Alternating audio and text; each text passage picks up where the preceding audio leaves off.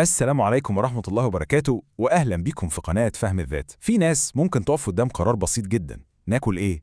نرد على الرسالة دي إزاي؟ نشتري الحاجة دي ولا لأ؟ نخرج ولا نقعد؟ نقول ولا لأ؟ ومع إن قرار من بره شكله عادي جدا ويومي، جواه بيبقى عامل زي معركة، تفكير، خوف، حسابات، وسيناريوهات كتير بتدور في الخلفية. والسؤال هنا: ليه قرار بسيط ممكن يتعب الواحد بالشكل ده؟ إحنا في استعراضنا للمحتوى النهاردة مش بنحكم على حد، إحنا بس بنحاول نفهم إيه اللي بيحصل جوانا.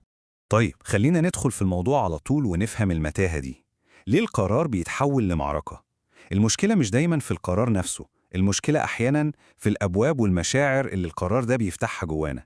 العقل بيدخل في دوامة من الحسابات والقلق من النتيجة، وكأننا قدام قرار مصيري هيحدد شكل حياتنا كلها، مش مجرد اختيار بسيط بين حاجتين. عشان نفهم الصورة أوضح، خلونا نبص على المواقف اليومية اللي كلنا تقريبا بنمر بيها.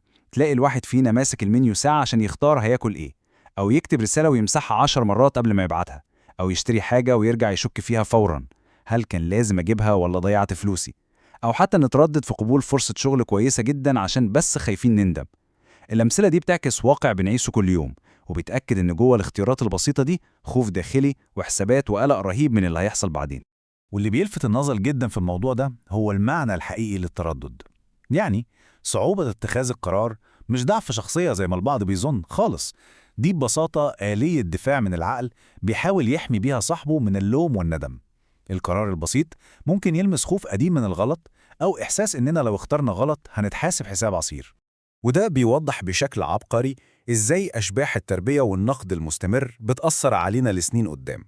الطفل اللي كان دايما يسمع جمل قاسية زي "انتوا مش عارفين تختاروا، انتوا دايما بتغلطوا" أو "سيبوني أنا أقرر عشان اختياراتكم وحشة", بيكبر وهو فاقد الثقة في قراراته. وحتى لما بنكبر بيفضل جوانا الصوت قديم بيشككنا في نفسنا. كل ما نيجي نقرر الصوت ده يطلع ويقول: متأكدين؟ طب لو غلطتوا؟ طب لو ندمتوا؟ عشان كده بنلاقي نفسنا قدام نظرتين مختلفتين للغلط. في ناس اتربت على إن الغلط كارثة ومصيبة، مش مجرد تجربة طبيعية بنتعلم منها في الحياة. فالإنسان اللي اتعاقب كتير على الغلط وهو صغير مش هيشوف القرار كخطوة عادية أو طبيعية، هيشوفه كاختبار مرعب لقيمته وشخصيته، وبيخاف من أي اختيار لأنه حاسس إن الاختيار الغلط هيقلل منه، أو كأنه إثبات رسمي إنه فاشل. الخوف ده بقى بيدخلنا في سلسلة مؤلمة من التفكير الزايد والسيناريوهات اللي بتتمدد مع الوقت. في أول دقيقة السؤال بيكون: طب لو غلط؟ بعد 5 دقايق التفكير بيكبر: طب لو الناس فهمتني غلط أو حكموا عليا؟ 10 دقايق: طب لو الاختيار التاني كان أحسن؟ وبعد ساعة كاملة بندخل في دوامة: طب لو ندمت ندم عمري؟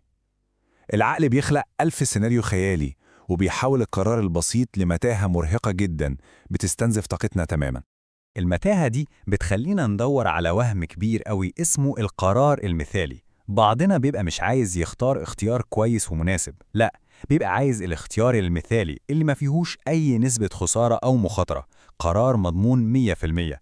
لكن خلينا نكون واقعيين، المشكلة إن الحياة ما فيهاش اختيار مضمون تماما، وكل ما ندور على القرار المثالي ده بنفضل عالقين في مكاننا ومش بنتحرك ولا خطوة. إذن النقطة الجوهرية هنا هي أن التردد أحياناً بيكون مجرد محاولة للهروب من المسؤولية. القرار معناه مسؤولية، ولما الواحد يختار بيبقى هو صاحب الاختيار ومتحمل نتيجته. وده بيخلي البعض يهرب ويسأل كل الناس حواليه، يسأل الأهل، الصحاب، الزملاء، ويمكن يسأل الإنترنت كمان، مش عشان بس عايز رأي، لكن عشان خايف يتحمل النتيجة لوحده. ومع كتر الآراء الحيرة بتزيد، وبنفقد الاتصال بصوتنا الداخلي، خصوصاً لو كان في تجارب قديمة مؤلمة خلتنا نخاف نكرر الوجع. وهنا لازم نفرق بين حاجتين مهمين جدا: التفكير عشان نختار، والتفكير عشان نهرب من القرار. التفكير الصحي الطبيعي هدفه نجمع معلومات عشان نتحرك ونوصل لقرار ونمشي لقدام. لكن التفكير الزايد هدفه الهروب، دافعه الخوف من أي غلطة، ونتيجته إننا بنفضل نلف في نفس الدايرة باستمرار وبدون أي قرار حقيقي. الاستمرار في الدايرة دي ليه ضريبة تقيلة جدا على حياتنا. صعوبة اتخاذ القرار بتعمل إرهاق نفسي شديد، ضياع لفرص مهمة جدا في الحياة، قلق مستمر، وضعف في الثقة بالنفس، وحتى توتر في العلاقات مع الناس اللي حوالينا بسبب الاعتماد الزايد عليهم. المشكلة إن التردد بيبان كأنه درع بيحمينا، لكنه في الحقيقة بيحرمنا من الحركة ومن الحياة.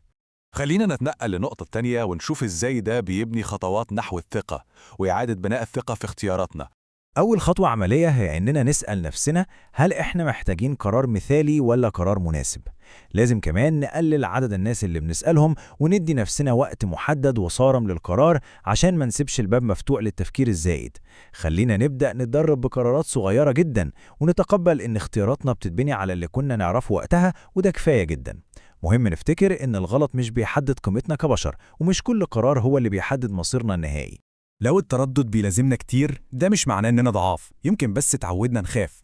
لكن الثقة بتيجي من تجربة المحاولة، مش من الوقوف في مكاننا وإحنا مستنيين اليقين التام.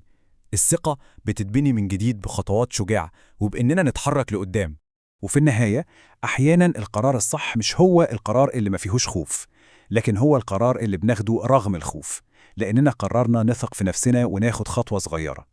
اللي حاسس إن الكلام ده بيعبر عن رحلته يشاركنا في التعليقات بجملة أنا بتعلم أثق في قراري. ودايما بنفكركم تشتركوا في قناة فهم الذات لمزيد من الاستعراضات الهادية والنفسية. كل التمنيات بالخير والسلام النفسي.